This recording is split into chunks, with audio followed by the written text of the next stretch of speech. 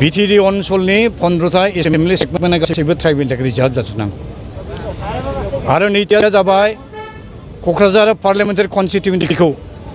जुदियो आथिखालनि ड्राफ्ट प्रप'जेलाव tribal reserve दिन्थिदोंब्लाबो संबिजिरनि आर्टिकेल 337(c) मथे बेखौ दिन्थियाखै दिनै फंसे खोनानो मोन्दों बर' फरायसाफोरनि आफादगिरि दिपेन बर' मा होखो बिराद दुखुनांथाव जोङो 100% बिदों राष्ट्रपतिसिम थांबाय जों दाखालि 26 जुन खालि मेम'रेन्डाम हैबाय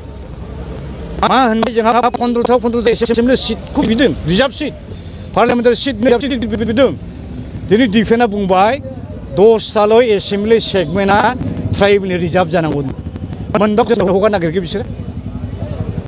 सानसुमा खुंगुर बैसोमुथियारिया जों जेब्ला बाहेरायाव ओंखारबोयो गोबां समाव बे समाव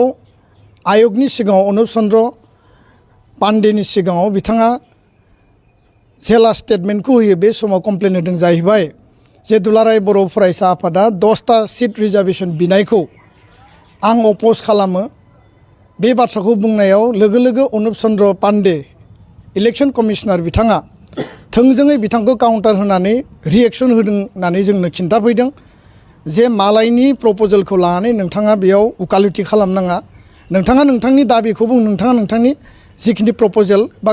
जिखिनि नोंथांमोननि एजेन्डा बा इस्यु दङ बेखौ बुं ग्रिभेन्सेस दङ बुं बे बाथ्राखौ बिथाङा बिथांजों काउन्टार होजादों बायजोआव फैनानै बिथाङा बुंबाय जे एबसुनि आफादगिरि दिपेन बर'आ माने हलनि सिङाव थांनानै मोनजिल' एसटि समस्ति दाबि होदों होननानै बिथाङा ब्लेम खालामदों नोंथांमोनाथ' नुखाबाय भिडिअ आं मोनसे भिडिअ फिसा क्लिप दिन्थिदों दा बे दिन्थिनायनि सायावनो आं नोंथांमोननि गेजेराव फंनैसो बुंनो नागिरदों आरोना मानो होननानै बुङोबा दिनै जोंनि बर' हारिनि गेजेराव सब समय बिदि गुलाय गुजाय मोनसे बाथ्रा बुंलायबाय थानानै बर' जायफोरनाखि साधारन सरासनस्रा रायजो राजाफोरखौ माने गोनो गोथो खालामबाय थानो नागिरदों मानसिफ्रा दा आङो स्पेसियेलि सानसुमा खुंगुर सारखौ आं बुंनो नागिरदों सार जे सारा दिनैसिम बिराद बिरोधी पार्टियाव थाबनानै गोबांसे खामानि मावनो लाबोबाय दा सारा बिराद एक्सपिरियेन्स दङ सार नोङो नाथाय नोंनि बै जिखिनि एक्सपिरियेन्सखौ जुदि नोङो थार खामानियाव नंगौ बे खामानियाव जुदि नों सारा जुदि बाहायाब्ला दिनै नोङो सासे गोरों जानानै जुदि बर' हारिनि गेजेराव जुदि जोंनि बिटिआर हालामाव जुदि नोङो गुबुंले बारहावा बारहोनो जुदि सृष्टि खालामबाय थानो नागिरोबा बे सारनि थाखाय बिराद गोरोन्थि जागोन सार दिनै नोङो जोंनि बिफानि समान सार ओंखायनो आं नोंखौ सारखौ बुंदों जोंनाव बेफोरबायदि जाथारि खामानिखौ दा मावसै दिनैसिम नों मा खामानि मावो बिरोधी पार्टि नाथाय मा साक्सेस जागोन दिनैसिम जेबो गैयाना आरो दिनै नोङो दिनै एबसुखौ होननानै बुंदों नङा होमबा एबसुआ माने 10टाल' रिजार्भेसन सिट बिदों 15टानि गेजेरावहाय बा बोरै जागोन सार बियो दिनै एबसुखौल' नों दाइरेक्ट मानो सोंखारिखो एबसुजों लोगोसे गासै 15टा संगठनफोर दं होननानै मिथिखाबाय होमबा बै 15 संगठननि गेजेराव जुदि नों गोरोबनो गोसोमोनब्ला बै समाव सारा नों मानो थांनो हायाखै होनबालाय जे बाक्सायावदि जादों होननानै बुंदों बाक्सायावहाय बे जुदि बाक्सायाव थांनाय बेयो जुदि गासैबो दल संगठन राजखान्थि बिरोधी हान्जा गासैखौबो लानानै दि संगठन जादोंमोन एबा रायलायनाय जादोंमोन बाहाय होनबालाय सारना मानो थाङाखै दाना मानो थाङाखै जेन'बा ना माबा मोनसे सिङाव फेक दंलायो नामा थांमोन ना बाहाय नोंथांमोना जुदि अपोजिट माबाखौ होमोन ना नोंसिनि जुक्तिफोरखौ होमोन ना दिनै 15टानि गेजेराव 10टा बिदों 10टायाव 10टा मोनजोबाबो जानो हागौ रिजार्भेसन नो डाउट 8टा 9टासो मोननो हागौ दा गासिबो हल जेनिखि रिजार्भेसन नांजोबगौ होननाय बुंनाया बे एसे इलिगेल बायदि मोनो आरो ओमफ्राय बे माने इम्पसिबल आरो बेयो पसिबल जाथावा होननानै आं सानो आरो मानो होननानै बुङोबा जोङो नुयो आरोना नों गासैबो बोरै एमएलए सिटखौहाय नों बोरै एसटि रिजार्भेसन मोनजोबनांगौ जाखो 6 सिडुलानो जाथों 6 सिडुल गासैबो 6 सिडुल एरियाखौ बेस खालामनानै जुदि बिटिआर दादोंबाबो जेनेबा बाहायबो नोङो गासैबो जेनेबा एमएलए सिटखौथ' नोङो गासैखौबो नोङो रिजार्भेसन लानो हाजोबाना बाहायना नोङो गुबुन गुबुन माखासे हारि माहारिफोरनि बाहाय खोथा दङ बिसोरनि पपुलेसननि खोथा दङ बिसोरनि जनसंख्यानि खोथा दङ स' बै जनसंख्याखौ बेस खालामनासो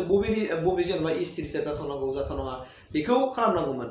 आरो दिनै एसटिआ माइनरिटि जानो थांगासिनो दङ दा बेवहाय सारा गोदोनिफ्रायनो गोबां माखासे जाथिनि हारिनि खाथियाव खामानि मावबाय हिसाबै सारा मिथिगौ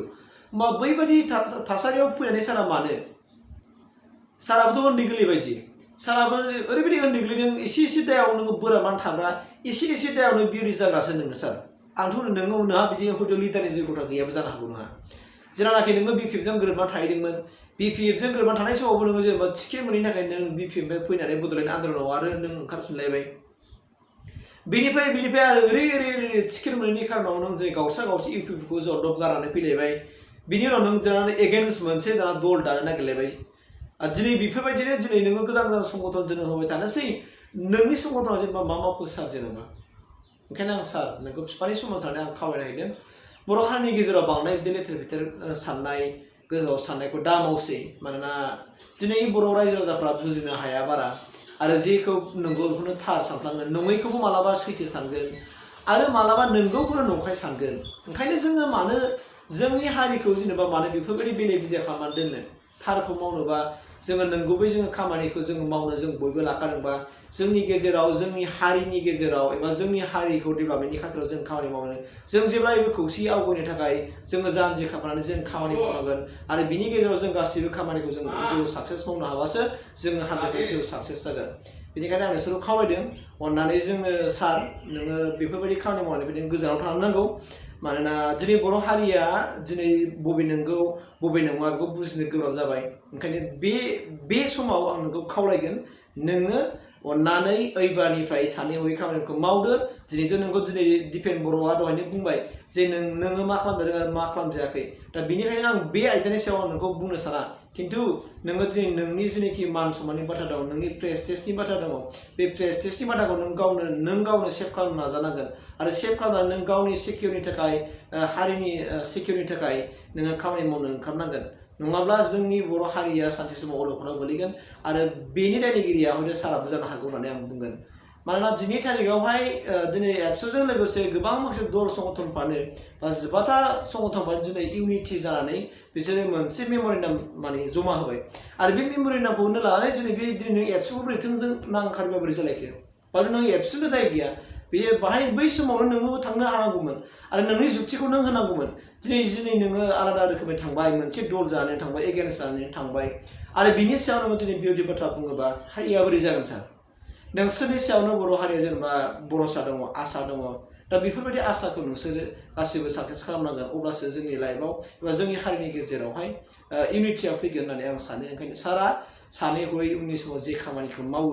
बेखौ मावलांबाय थादो आं बेखिनिखौ आसा खालामनानै नोंथांनि सायाव जेनोखि आङो जि बाथ्राखौ बुंबाय जेनोखि डिलिमिटेसननि सायावहाय रिजार्भेसन लाखिनांगौ लाखिनाङा बिनि सायावहाय एबसुआ नंखायै बाथ्रा बुंदों थगायदों जोंसो दिनै सैथोयै खिन्थाना होबाय जों गासै 15थायाव जों 15था रिजार्भेसन बिदों होननाय बाथ्राखौ खोनाय लोगो लोगो आं गोसोआ गोजांस्रिव मोन्दों बेनिखायनो आं सारखौ बुंगोन दिनै सारा मोनसे नङा मोनसे बेबायदि हमबाय थानाय खामानिखौ मावगासिनो दङ जेराव बेबायदि खामानिखौ मावा आं बेखिनि बाथ्राखौ सारखौ खावलायबाय थेंक इउ